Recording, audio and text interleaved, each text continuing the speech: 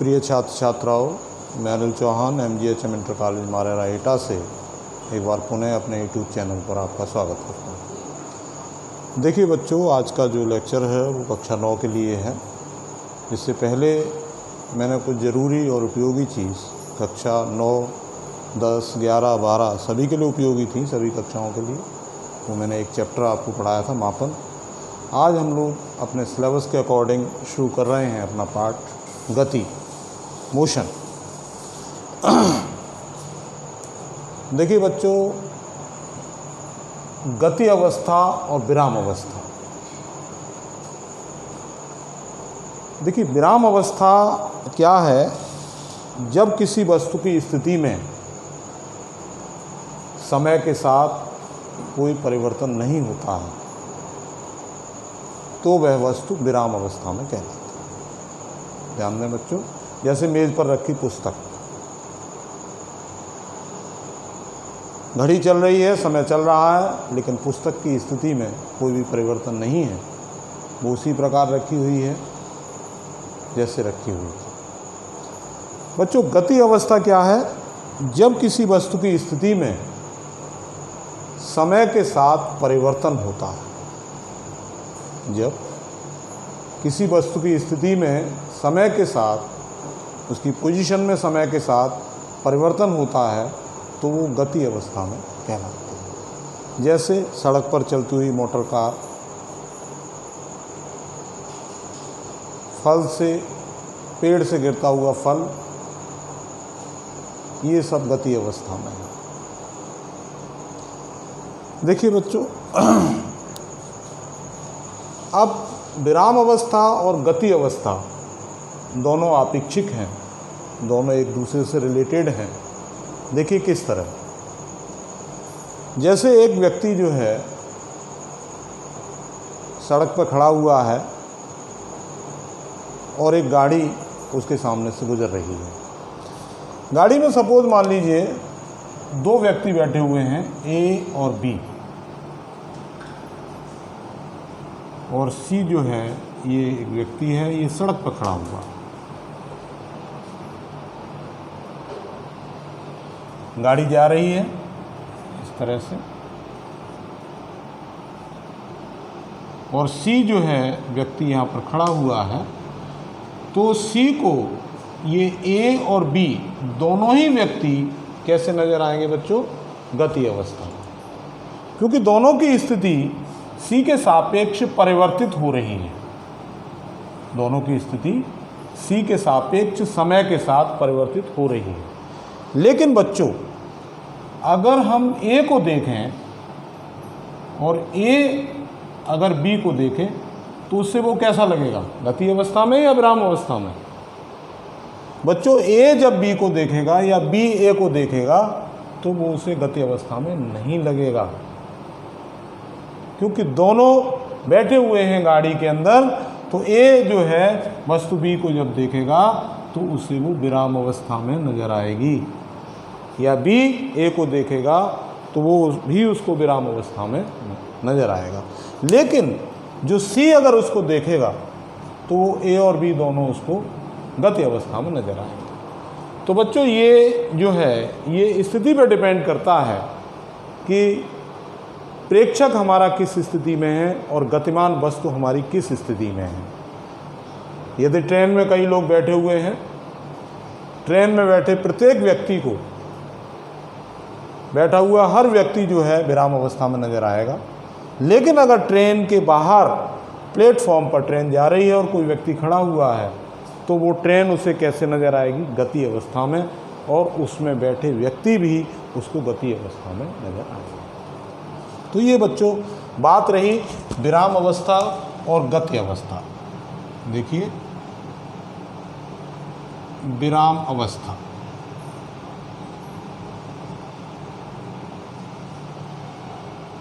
और ये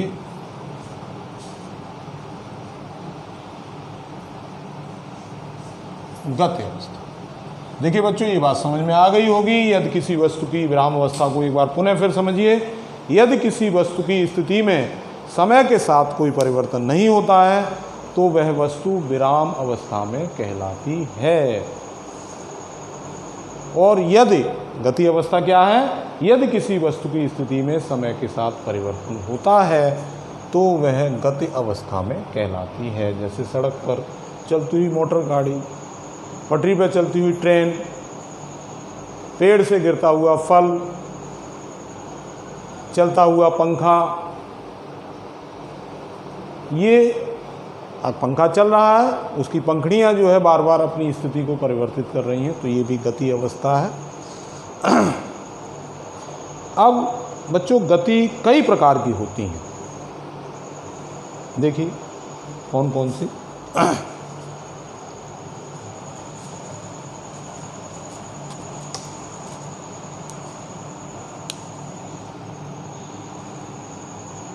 रेखीय गति,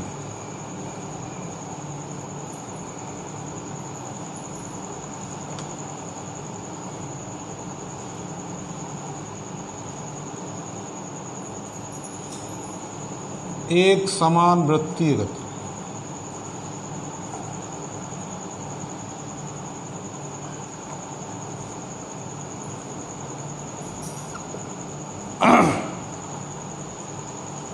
अनियमित गति,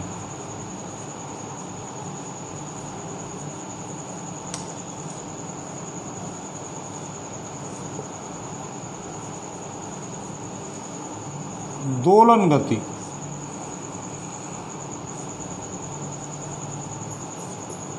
इसे कंपन गति भी कहते हैं बच्चों, वाइब्रेटरी मोशन।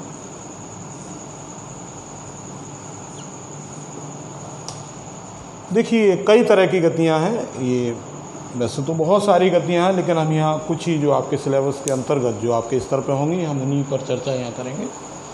देखिए पहले नंबर एक हम लेते हैं रेखीय गति।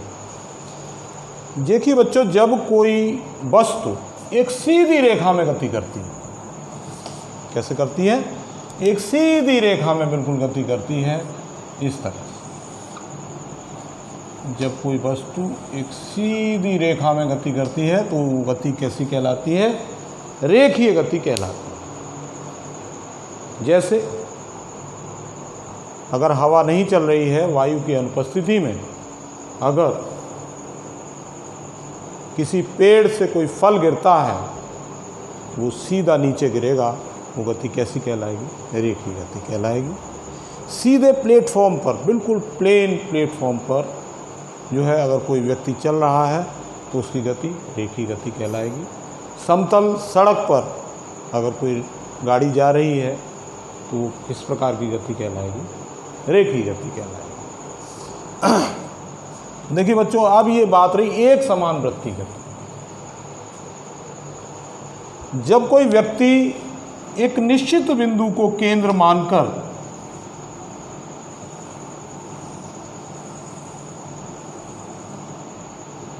वृत्तीय पथ पर एक समान चाल से गति करता है,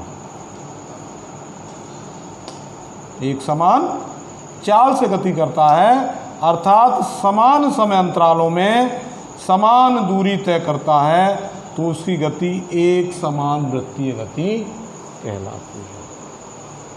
जैसे पृथ्वी अगर हम ये मान लें कि सूर्य के चारों ओर वृत्ताकार कक्षा में परिक्रमण कर रही है तो उसकी गति क्या कहलाएगी, एक समान वृत्तीय गति कहलाएगी। चंद्रमा अगर हम मान लें पृथ्वी के चारों ओर वृत्तीय पथ पर गति कर रहा है तो उसकी गति किस प्रकार की गति कहलाएगी, एक समान वृत्तीय गति कहलाएगी।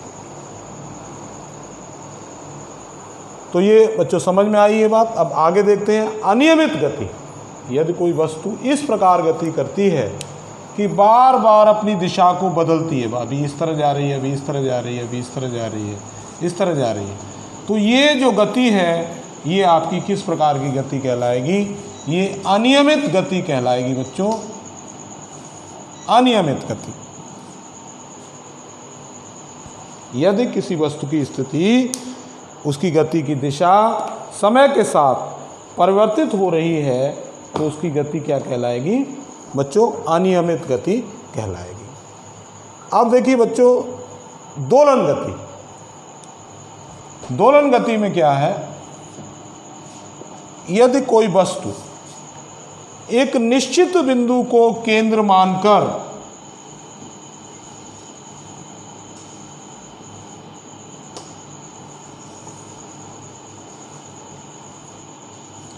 उसके चारों ओर इधर उधर गति करती है। यदि कोई वस्तु एक निश्चित बिंदु को केंद्र मानकर उसके चारों ओर इधर उधर अथवा ऊपर नीचे इस तरह भी कर सकती है। देखिए, जैसे अगर हम इस तरह से लें, एक स्प्रिंग ले लें और इस स्प्रिंग से अगर हम एक पिंड को लटका दें इस तरह और उसको पकड़ के थोड़ा सा नीचे खींच दें तो ये ऊपर नीचे गति करने लगेगी इस तरह से। ये बच्चों, ये दोनों जो है ये आपके वाइब्रेटरी मोशन है, यानी ये आपकी रेखीय गति, यानी एक सीधी रेखा में यदि कोई वस्तु गति करती है तो उसकी गति किस तरह की कहलाएगी? रेखीय गति। ये एक निश्चित बिंदु को केंद्र मानकर एक वृत्तीय पथ पर इस प्रकार गति करती है कि समान समय अंतरालों में समान दूरी तय करती है, तो गति किस तरह की होगी? एक समान वृत्तीय गति।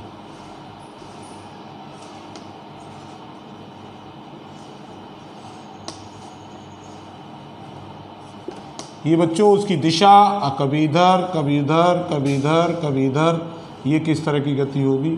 अनियमित गति।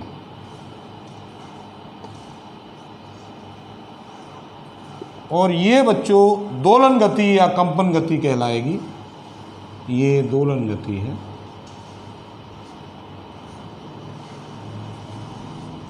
और ये भी आपका दोलन गति है। ये कुछ दोलन गति के उदाहरण देखिए, जैसे सिंपल पेंडुलम। आपने बच्चों घड़ी देखी होगी पेंडुलम वाली, जिसमें जो है नीचे पेंडुलम होता है और वो इस प्रकार यूँ गति करता रहता है जैसे ये, या झूला झूलती हुई कोई लड़की। ये किस प्रकार की गतियाँ हैं? ये दोलन गति है। एक बच्चों वक्रीय गति भी होती है, ध्यान दीजिए। वक्रीय गति जो है ये भी हो सकती है। अगर हम देखें,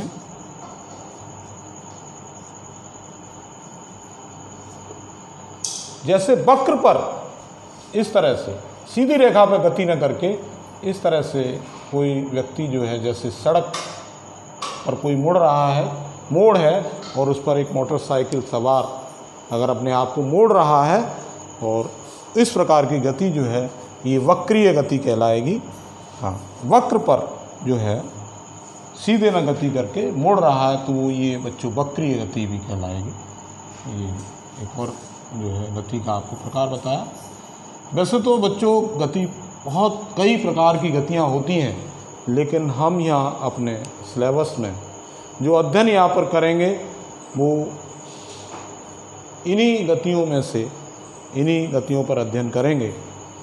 ज़्यादा नहीं है, हमारे सिलेबस के अकॉर्डिंग ही हम यहाँ पर चल रहे हैं। तो बच्चों ये रही रेखीय गति, एक समानुवृत्तीय गति, अनियमित गति, दोलन गति, वक्रीय गति। तो ये गतियों के कुछ प्रकार रहे। देखिए अब हम लोग आगे बढ़ते हैं। देख लीजिए, इनका स्क्रीनशॉट लीजिए।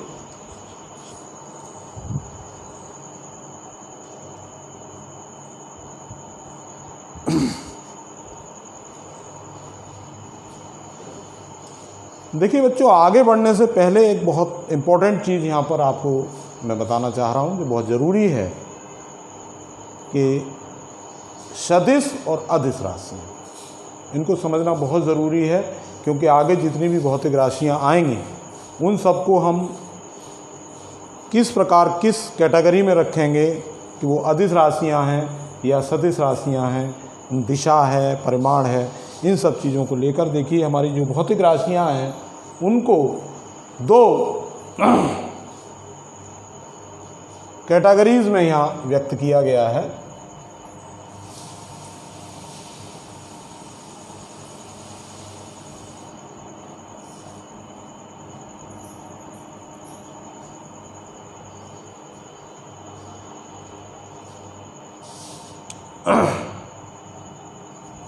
देखिए चैप्टर का नाम गति,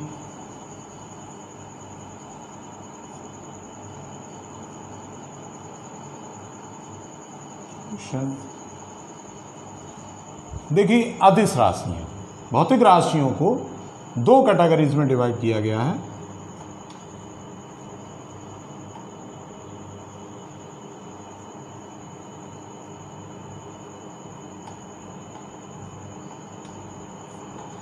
स्केलर क्वांटिटीज, इनको हम क्या कहते हैं? स्केलर।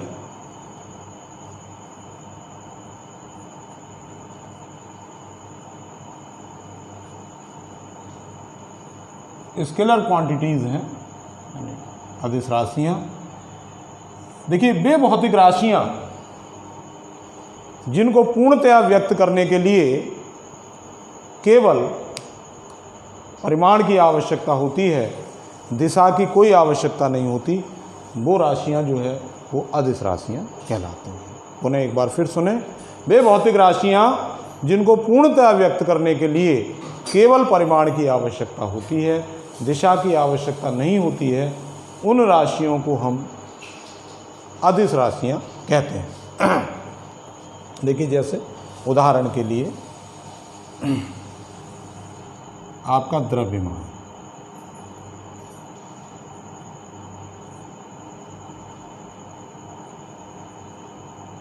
समय,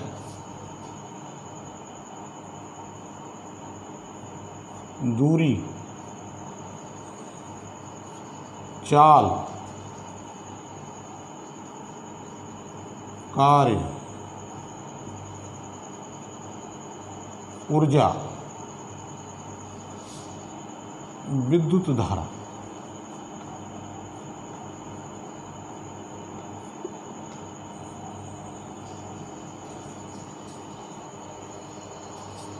विद्युत विभव, ये आगे बच्चे पढ़ेंगे, ये उच्च कक्षाओं में, हाई स्कूल में। द्रव्यमान है, समय है, दूरी है, चाल है, कार्य है, ऊर्जा है, विद्युत धारा है, विद्युत विभव। तो ये भौतिक राशियाँ नहीं जिनको पूर्णतः व्यक्त करने के लिए केवल परिमाण की आवश्यकता होती है, दिशा की कोई आवश्यकता नहीं होती है। देखिए बच्चों, अब सदिश राशियाँ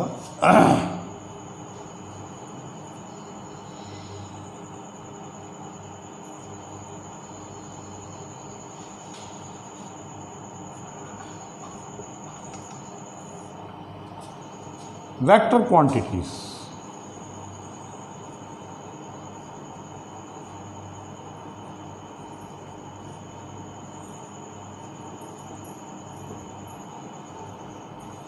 देखिए वे भौतिक राशियां जिनको पूर्णतया व्यक्त करने के लिए केवल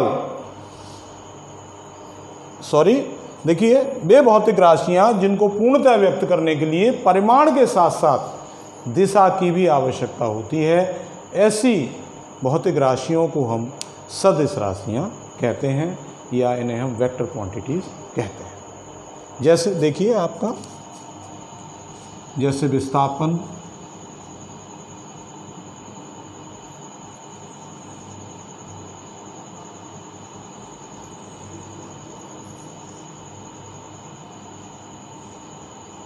वेग, त्वरण,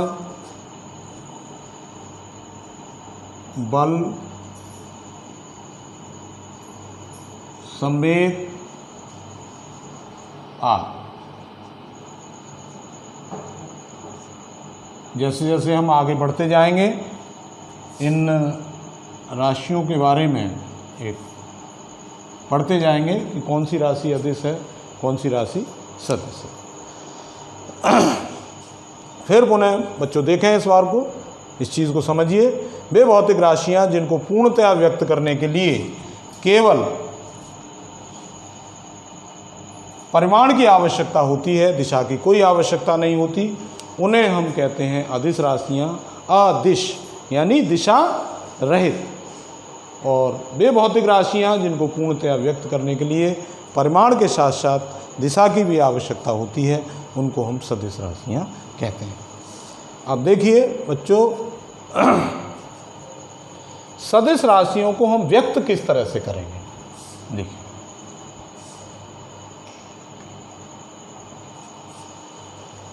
सदिश राशियों का निरूपण,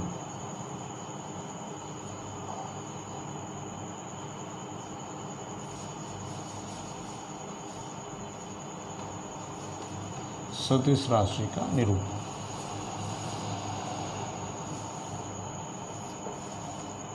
रिप्रेजेंटेशन ऑफ वेक्टर। देखिए बच्चों, सदिश राशि को एक तीर द्वारा व्यक्त किया जाता है। ये देखिए इस तरह से तीर, और ये तीर की जो नोक है वो बताएगी इसकी दिशा।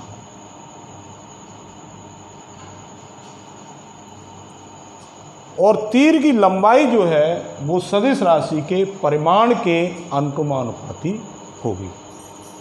यानी अगर परिमाण अधिक होगा तो सदिश राशि तो तीर की लंबाई अधिक होगी, और परिमाण यदि कम होगा तो तीर की लंबाई कम होगी। जैसे देखिए हम आपको बताएं, जैसे 4 न्यूटन का बल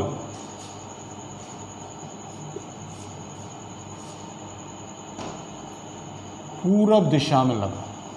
4 न्यूटन का बल किसी वस्तु पर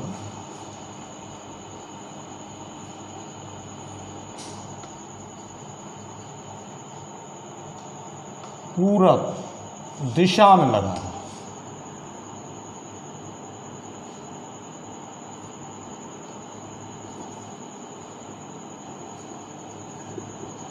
देखिए बच्चों, कैसे इसे रिप्रेजेंट करेंगे, ध्यान दीजिए। बल को हम F से व्यक्त करते हैं, तो यहाँ हम मानेंगे 1 सेंटीमीटर बराबर 1 न्यूटन। हम ये एक पैमाना मान लेंगे और एक ऐसा तीर खींचेंगे, देखिए इस तरह से,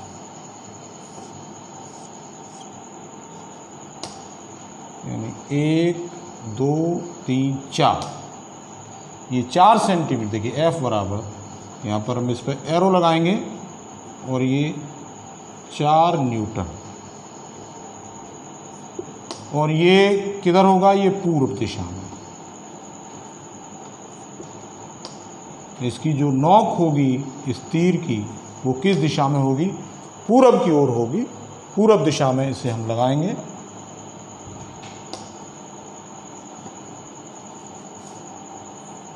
पूरब दिशा की ओर, ईस्ट डायरेक्शन में।